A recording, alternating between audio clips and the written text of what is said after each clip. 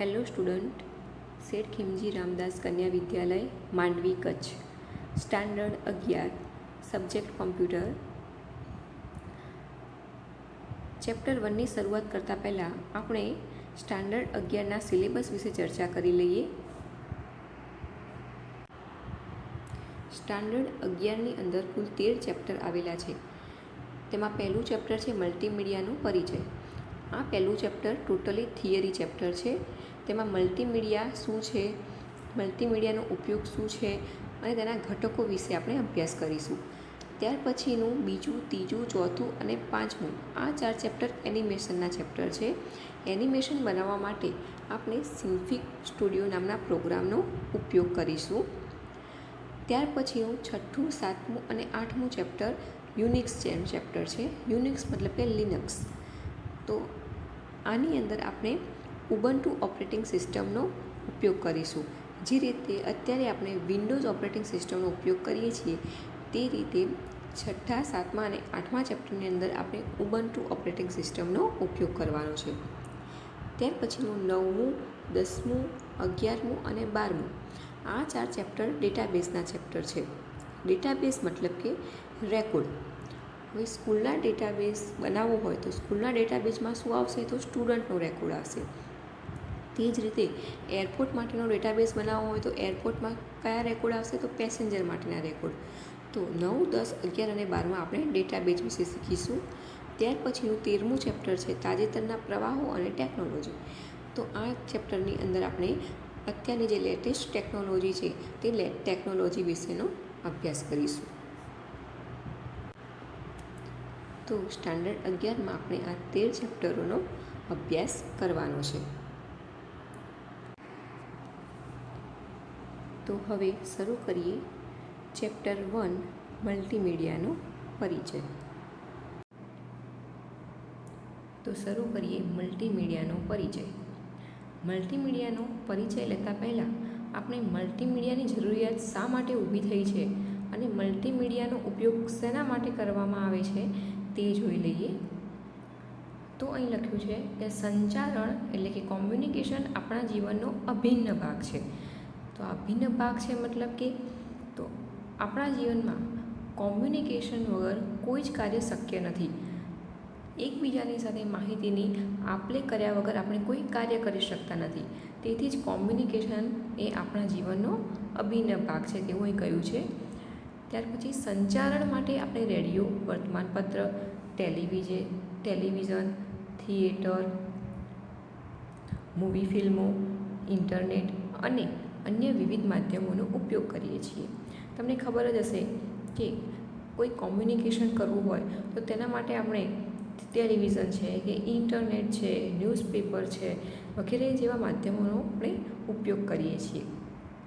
આ તમામ માધ્યમો આપણને જ્ઞાન પ્રાપ્તિ કે શિક્ષણ મેળવવામાં મદદરૂપ બને છે.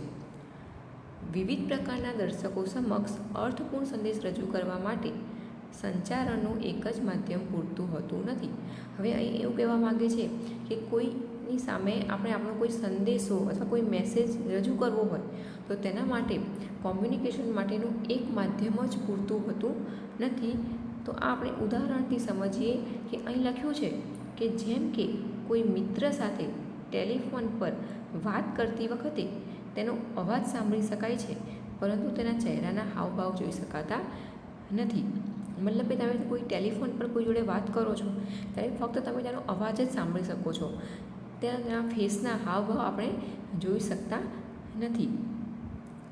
જ્યારે તમે મિત્રને તમારી કાશ્મીરની સલેગા વિશે માહિતી આપતો પત્ર લખો છો ત્યારે માત્ર લખાણ મોકલી શકો છો પરંતુ મિત્ર તમારો અવાજ સાંભળી શકતો નથી.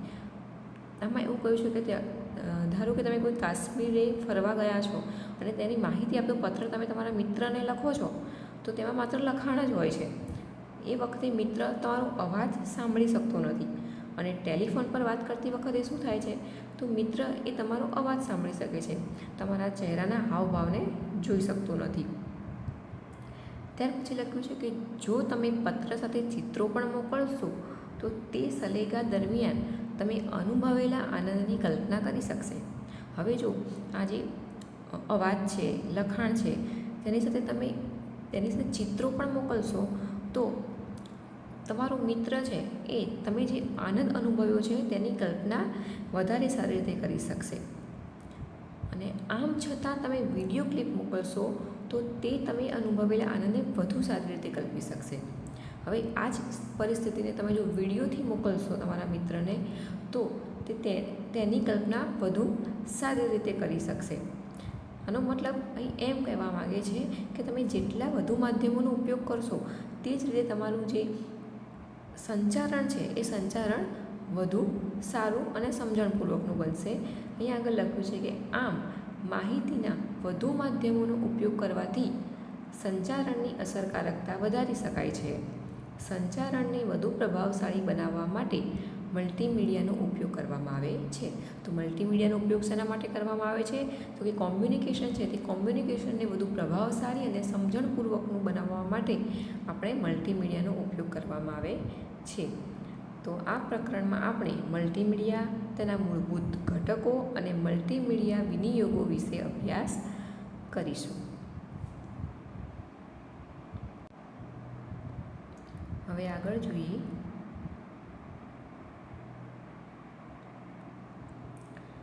મલ્ટીમીડિયા. તો મલ્ટીમીડિયા એ શું છે તે જોઈએ. તો મલ્ટીમીડિયા શબ્દ બે શબ્દો મળીને બન્યો છે, મલ્ટિપલ અને મીડિયા. તમને એક્ઝામમાં MCQ પૂછાઈ શકે કે મલ્ટીમીડિયા કયા બે શબ્દો મળીને બન્યો છે? તો તેનો જવાબ આવશે મલ્ટિપલ અને મીડિયા. ત્યાર પછી માટે જ સંચારણ માટે એકથી વધુ માધ્યમોનો ઉપયોગ એટલે મલ્ટીમીડિયા. અહીં આપણને મલ્ટીમીડિયાની ડેફિનેશન આપી છે કે કોમ્યુનિકેશન માટે એકથી વધુ એટલે કે મલ્ટિપલ માધ્યમોનો આપણે જે ઉપયોગ કરીએ છીએ તે ઉપયોગને શું કહેવામાં આવે છે? મલ્ટીમીડિયા. બીજા શબ્દોમાં મલ્ટીમીડિયા એટલે લખાણ, ચિત્રો, વિડીયો અને એનિમેશન જેવા વિવિધ માધ્યમોનું એકત્રીકરણ. અહીં બીજા શબ્દોમાં મલ્ટીમીડિયાની ડેફિનેશન આપી છે કે મલ્ટીમીડિયા એટલે કે લખાણ, મલ્ટીમીડિયાની અંદર કયા કયા માધ્યમોનું એકત્રીકરણ થાય છે, મતલબ કે મલ્ટીમીડિયા કોનો સમૂહ થશે? તો કે છે લખાણ, ચિત્રો, વિડીયો અને એનિમેશન વગેરે જેવા માધ્યમોનો સમૂહ, એને શું કહેવાય? મલ્ટીમીડિયા. આ તમામ માધ્યમોને એકત્રિત કરવાથી ઉપયોગકર્તા સમક્ષ રજૂ કરવામાં આવનાર સંચારણને વધુ સુગ્રથિત અને સમજણપૂર્વકનું બનાવી શકાય છે. તો આ બધા માધ્યમોને ભેગા કરીને યુઝર સમક્ષ તમે કોઈ કોમ્યુનિકેશન અથવા કોઈ સંચારણ જે મૂકો છો તેને વધુ સુગ્રથિત અને સમજણપૂર્વકનું બનાવી શકાય છે. હાલમાં શિક્ષણ, રંગમંચ, જાહેરાત, શૈલી, રમતો વગેરેના ક્ષેત્રોમાં મલ્ટીમીડિયાનો ઉપયોગ થઈ રહ્યો છે. તો અત્યારના યુગમાં તમે જુઓ છો તો એજ્યુકેશન છે, કોઈ ફેશન છે, સ્પોર્ટ્સ છે, કોઈ જાહેરાત આપવાની હોય છે, તો વગેરે જેવા ક્ષેત્રોમાં અત્યારે મલ્ટીમીડિયાનો ઉપયોગ થઈ રહ્યો છે. હવે નીચે જોઈએ કે મલ્ટીમીડિયાના જુદા જુદા ઘટકો દર્શાવે છે.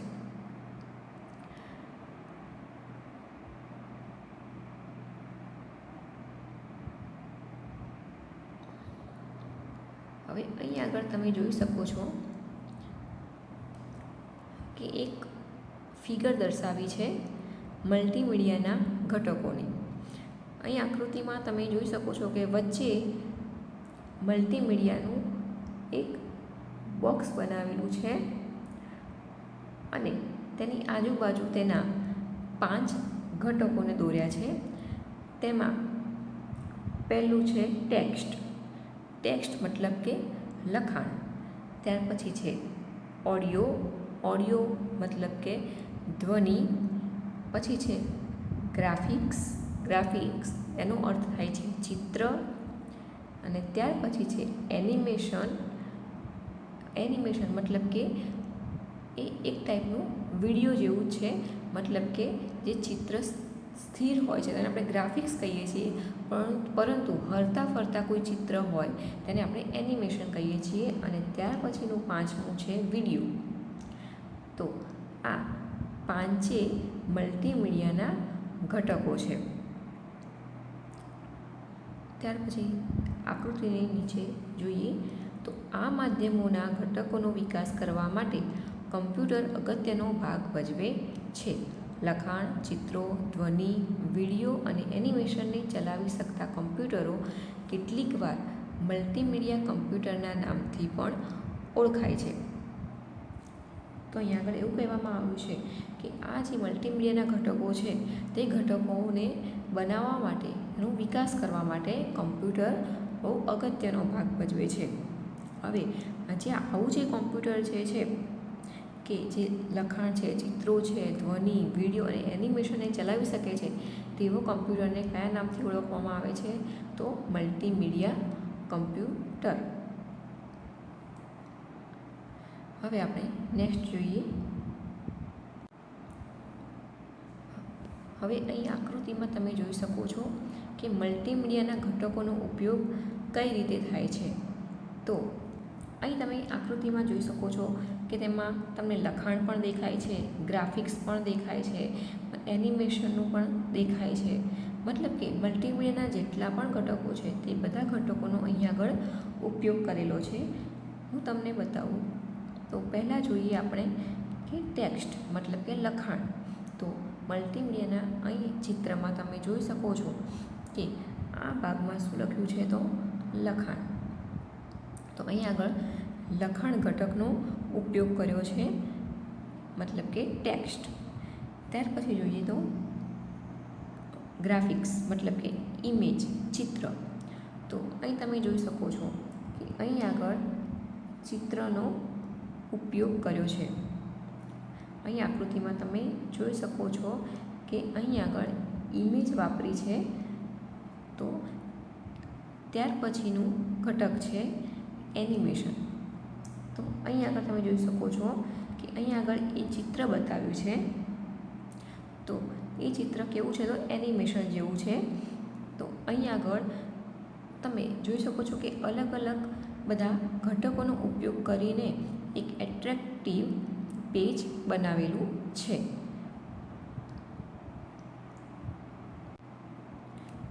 તો હવે આપણે જે આ મલ્ટીમીડિયાના ઘટકો છે તેને ડિટેલમાં જોઈએ.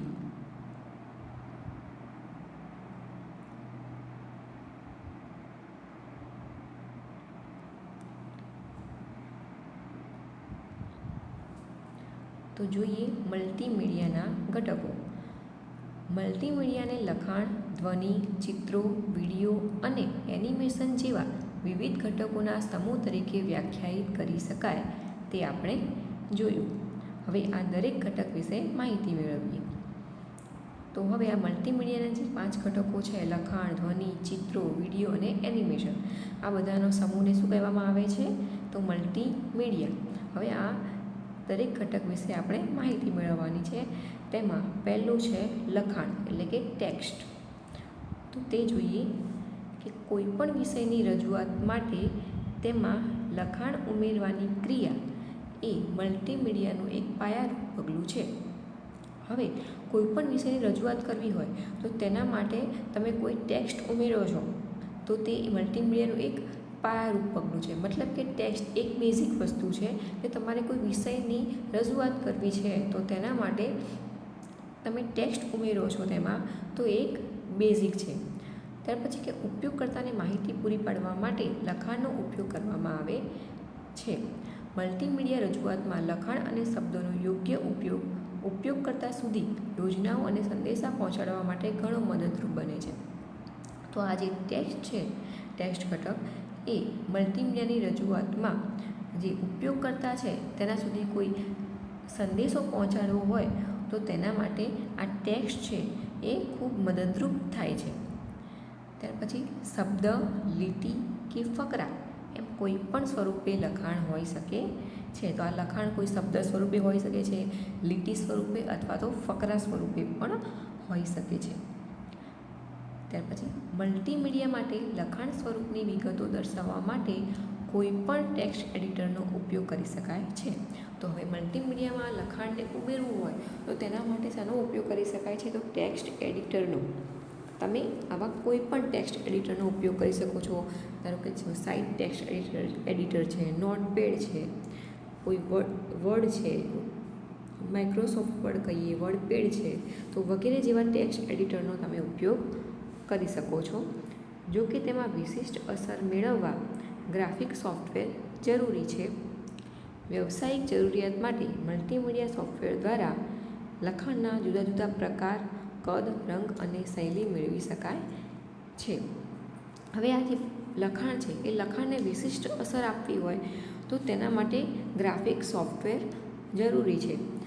તો હવે આ લખાણ કેવી રીતે હોય છે અલગ અલગ, તો લખાણનું એનું કદ, તેનું રંગ અને તેની શૈલી, મતલબ કે તેનો દેખાવ, એ રીતે લખાણ અલગ અલગ પ્રકારના હોઈ શકે છે. નીચે જોઈએ. આકૃતિ 1.3માં દર્શાવેલા નમૂના દેખાવમાં સમાન નથી તેની નોંધ કરો, કારણ કે તેમને જુદા જુદા પ્રકારના ટાઇપફેસ, ફોન્ટ અને કદ આપવામાં આવ્યા છે. હવે આપણે જે લખાણ ઉમેરીએ છીએ તે લખાણના પણ અલગ અલગ પ્રકાર હોય છે, મતલબ એનો ટાઇપફેસ અલગ હોય, તેનો ફોન્ટ અલગ હોય છે, ફોન્ટની સાઇઝ અલગ હોય છે. તો અહીં તમે આકૃતિમાં જોઈ શકો છો કે જે પહેલું લખ્યું છે ગુજરાત, તેના ફોન્ટ તમે જોઈ શકો, તેના નીચેના ફોન્ટ દેખો અને ત્રીજા નંબરના ફોન્ટ જુઓ. એ ત્રણેય ફોન્ટમાં તમને ફરક જોવા મળશે અને આ ફોન્ટની સાઇઝમાં પણ તમને ફરક જોવા મળશે. જે પહેલું છે તે ફોન્ટનું કદ કેવું દેખાવા મળે છે તમને? નાનું. તેના પછીના બીજી લાઇનમાં લખેલું છે ગુજરાત, તેનું કદ તેનાથી થોડું મોટું છે અને જે ત્રીજી લાઇનમાં ગુજરાત લખ્યું છે તેનું કદ બીજા નંબરની લાઇનમાં લખ્યું છે ગુજરાત તેના કરતાં થોડું મોટું છે. આમ કદમાં પણ અહીં આગળ ડિફરન્સ જોવા મળે છે. બીજું ટાઇપફેસ, મતલબ કે ફોન્ટનો જે પ્રકાર છે તેમાં પણ તમને ડિફરન્સ જોવા મળે છે. ત્યાર પછી આગળ વધીએ. એક સમાન દેખાવ ધરાવતા અક્ષરોનો સમૂહ ટાઇપફેસ તરીકે ઓળખાય છે. હવે ટાઇપફેસ એ શું છે? તો એ અક્ષરોનો એક સમૂહ છે. એક સમાન દેખાવ ધરાવતા અક્ષરોનો સમૂહ એટલે ટાઇપફેસ. તમને એક્ઝામમાં પૂછાઈ શકાય ક્વેશ્ચન કે એક સમાન દેખાવ ધરાવતા અક્ષરોનો સમૂહ એટલે શું, અથવા તો અક્ષરોનો સમૂહ તેને કયા નામથી ઓળખાય છે? તો તેને કહેવામાં આવે છે ટાઇપફેસ. અહીં આગળ તમને ઉદાહરણ આપ્યા છે આપણને કે ઉદાહરણ તરીકે ટાઇમ્સ, એરિયલ, કુરિયર અને અન્ય ટાઇપફેસ ફોન્ટ નામે ઓળખાતી જુદી જુદી શૈલીઓ અને કદ ધરાવે છે. હવે અહીં આગળ તમને ફોન્ટના આપણને નામ આપ્યા છે, ટાઇમ્સ, એરિયલ, કુરિયર. તો આ બધા ફોન્ટના અલગ અલગ નામ છે અને આ જે ફોન્ટ છે તેમને અલગ અલગ કદ અને અલગ અલગ શૈલીઓ હોય છે. શૈલીમાં ત્રાંસા અક્ષરો, ઘટાક્ષરો, નીચે લીટી ધરાવતા અક્ષરો વગેરેનો સમાવેશ થાય છે. તો આ શૈલી શું છે? મતલબ કે ફોન્ટ કેવો દેખાવ છે, મતલબ કે ફોન્ટ ત્રાંસા, મતલબ કે ઇટાલિક છે, બોલ્ડ છે, અંડરલાઇન છે. તો આ બધાનો સમાવેશ શૈલીમાં થાય છે. કદ એટલે અક્ષરના ઉપરના ભાગથી નીચેના ભાગ જેટલું અંતર. હવે કદ વિશે કહ્યું છે. કદ એટલે શું? તો કદ મતલબ કે જે તમે અક્ષર લખ્યા છે તે અક્ષરના ઉપરના ભાગથી નીચેના ભાગ જેટલું અંતર, તે રીતે અક્ષરોનું કદ નક્કી કરવામાં આવે છે. તેને પોઈન્ટ એકમ દ્વારા રજૂ કરવામાં આવે છે. તો આ અક્ષરોનું જે કદ છે તેને કયા એકમમાં રજૂ કરવામાં આવે છે? તો પોઈન્ટ એકમમાં. જેમ કે 12 પોઈન્ટ, 20 પોઈન્ટ. અહીં આગળ તમને એક ઉદાહરણ આપ્યું છે કે અક્ષરોનું કદ કેવી રીતે રજૂ કરવાનું હોય છે. તો 12 પોઈન્ટ, 20 પોઈન્ટ, 22 પોઈન્ટ, 24 પોઈન્ટ વગેરે. ઉદાહરણ તરીકે જો ટાઇમ્સ ન્યૂ રોમન 14 પોઈન્ટ અક્ષરોનો ઉપયોગ કરવામાં આવે તો તેમાં ટાઇમ્સ ન્યૂ રોમન શૈલી છે અને 14 પોઈન્ટ તેનું કદ છે. હવે અહીં ઉદાહરણથી સમજાવ્યું છે તમને કે ટાઇમ્સ ન્યૂ રોમન અને 14 પોઈન્ટ આ અક્ષરોનો ઉપયોગ કરીને લખાણ લખવામાં આવી હોય તો આની અંદર જે ટાઇમ્સ ન્યૂ રોમન છે તે શું છે? ફોન્ટનું નામ છે. એને શું કહેવામાં આવે? તો તેને શું કહેવામાં આવશે? શૈલી. અને જે 14 પોઈન્ટના અક્ષરોથી જે લખાણ લખ્યું છે એ 14 પોઈન્ટ શું છે? તો એ 14 પોઈન્ટ શું છે? તો એ ફોન્ટનું કદ છે.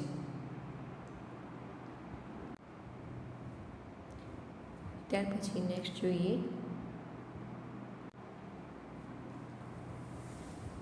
હવે અહીં આગળ ટાઇપફેસ વિશે સમજાવ્યું છે. હાલ આપણે આગળ જોયું કે ટાઇપફેસ મતલબ કે એક સમાન દેખાવ ધરાવતા અક્ષરોના સમૂહને ટાઇપફેસ કહેવામાં આવે છે. તો હવે આ ટાઇપફેસ છે એ ટાઇપફેસને બે વર્ગમાં વહેંચી શકાય. હવે આ બે વર્ગ કયા છે?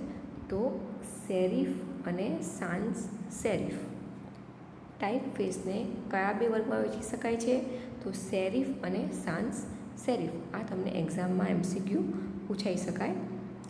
તો ત્યાર પછી જોઈએ સેરિફ પ્રકારના ફોન્ટમાં અક્ષરના છેડા પર થોડું સુશોભન કરવામાં આવેલું હોય છે. હવે સેરિફ પ્રકારના ફોન્ટ એ તો કેવા હોય છે?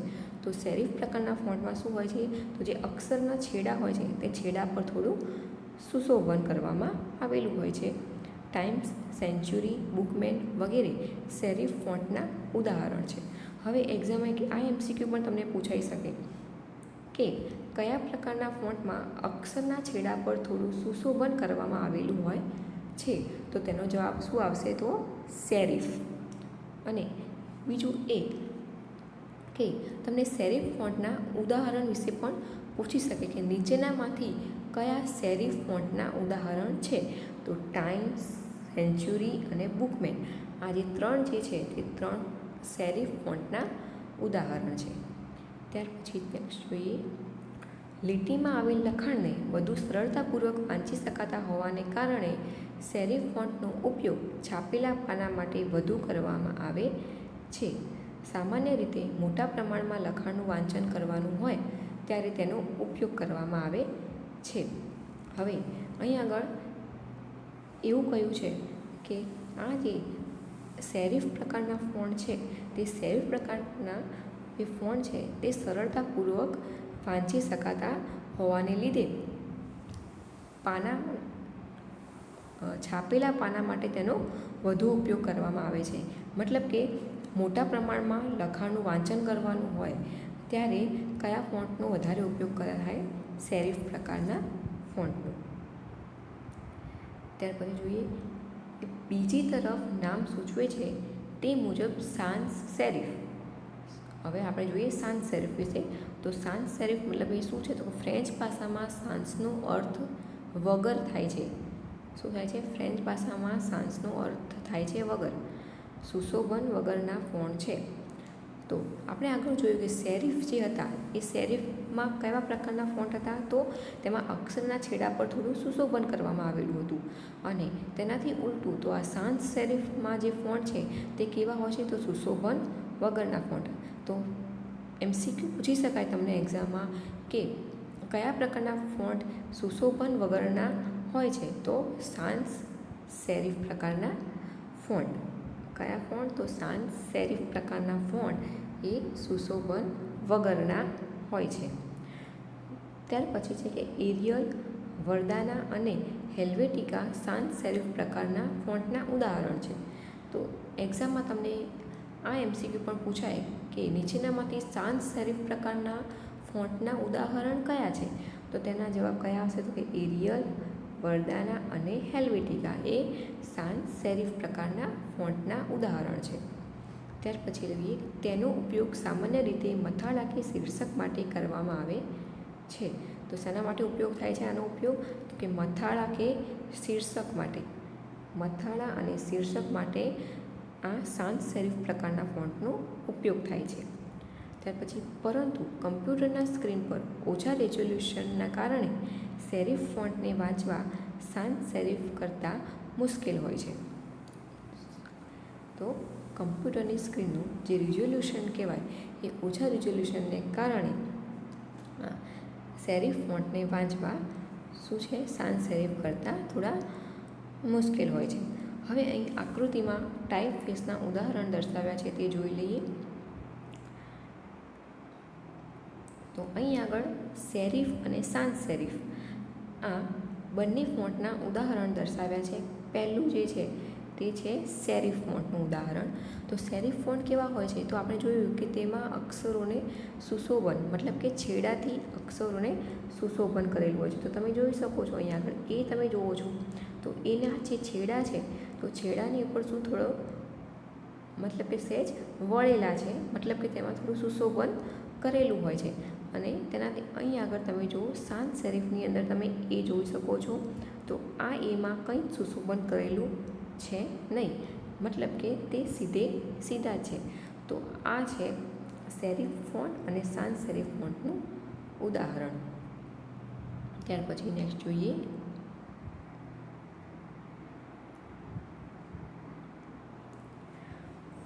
અહીં લખ્યું છે કે કાગળ અને પેનની પરંપરાગત પદ્ધતિ કરતાં મલ્ટીમીડિયામાં ઉપયોગમાં લેવામાં આવતું લખાણ અલગ છે.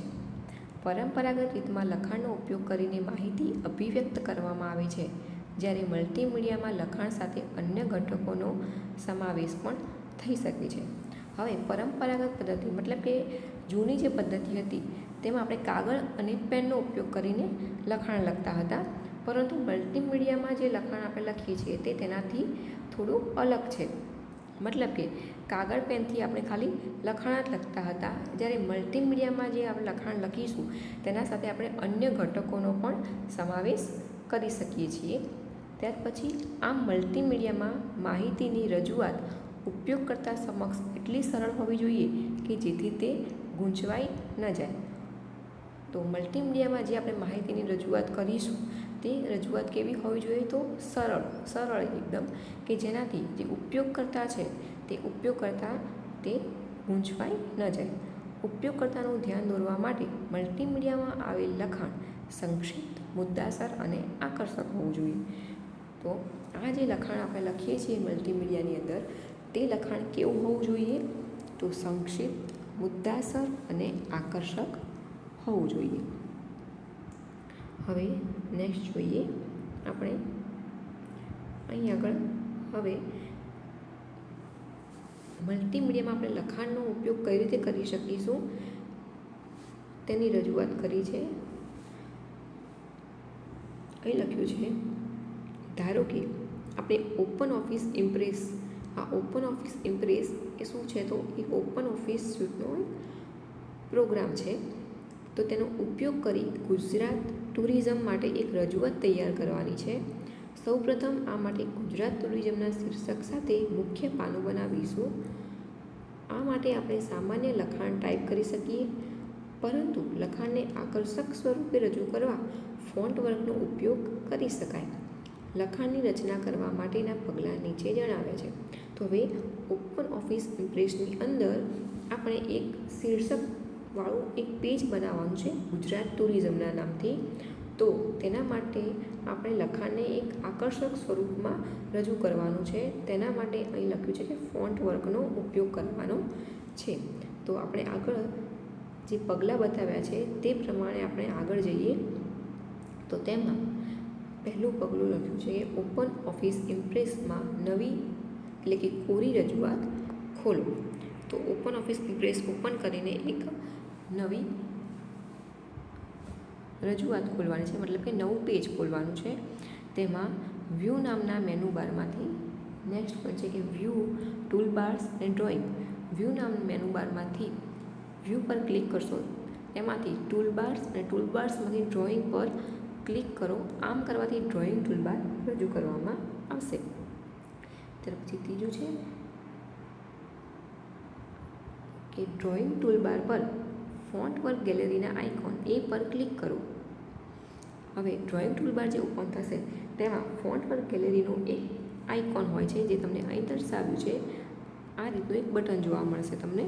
તો આ બટન પર તમે ક્લિક કરશો તો ફોન્ટ વર્ક ગેલેરીવાળું એક ડાયલોગ બોક્સ ઓપન થશે. આગળ જોઈએ. હવે ફોન્ટ વર્ક ગેલેરીનું ડાયલોગ બોક્સ તમને આ રીતે જે આકૃતિમાં બતાવ્યું છે તેવું દેખાશે. હવે અહીં આગળ તમે જોઈ શકો છો જે ફોન્ટ વર્ક ગેલેરીનું ડાયલોગ બોક્સ છે તેમાં તમે જોઈ શકો છો કે અલગ અલગ દેખાવમાં તમને લખાણ જોવા મળે છે. અહીં આગળ તમે દેખો તો આ જે પહેલું લખ્યું છે ફોન્ટ વર્ક એ એકદમ સીધી લાઈનમાં તેના લખાણ લખેલું છે. ત્યાર પછીનું બીજું જુઓ તો તેમાં જે લખાણ લખેલું છે તે એકદમ વેવ આકારમાં છે. ત્યાર પછી જુઓ આમ અલગ અલગ તમને બધા ફોન્ટ બતાવ્યા છે કે અલગ અલગ રીતે તમને જોઈ શકો છો તેની સ્ટાઇલ. હવે નીચે જોઈએ આપણે ફોન્ટ પર ગેલેરી ડાયલોગ બોક્સમાં આવેલી કોઈપણ શૈલી પસંદ કરી ઓકે બટન પર ક્લિક કરો. આકૃતિ 1.6માં દર્શાવ્યા મુજબ ફોન્ટ પર ઓબ્જેક્ટ દસ્તાવેજમાં ઉમેરવામાં આવશે. હવે આમાંથી તમારે જે પણ લખાણ જોઈતું હોય, જે પ્રકારનું, જે શૈલીમાં લખાણ જોઈતું હોય તે લખાણ પર તમે ક્લિક કરી અને અહીં આગળ જે ઓકે બટન છે તે ઓકે બટન પર ક્લિક કરવાનું છે. તો તમે જે કંઈ પણ લખાણ આમાંથી સિલેક્ટ કર્યું હશે તે તમારા જે પેજ હશે, તમારું કોરું પેજ, તેની અંદર તમને બતાવશે. અહીં આગળ તમે જોઈ શકો છો કે નવું કોરું પેજ હતું તે કોરા પેજની અંદર તમે જે સિલેક્ટ કર્યું હશે ફોન્ટ, તે ફોન્ટ તમને અહીં આગળ જોવા મળશે. હવે ઉપર હતું લખાણ સુધારવા માટે ઓબ્જેક્ટ પર ડબલ ક્લિક કરો. હવે તમારે આ જે ફોન્ટ વર્ક લખેલું છે, પેજની અંદર લખેલું આવ્યું છે, તેની જગ્યાએ તમારે બીજો શબ્દ લખવો છે. અહીં આગળ આપણે લખવાનું છે કે ગુજરાત ટુરિઝમ. ગુજરાત ટુરિઝમ નામના લખાણનું એક પેજ બનાવવાનું છે. તો આ સુધારવા માટે આપણે આ જે ઓબ્જેક્ટ છે એ ઓબ્જેક્ટની ઉપર શું કરવાનું છે, તો ડબલ ક્લિક.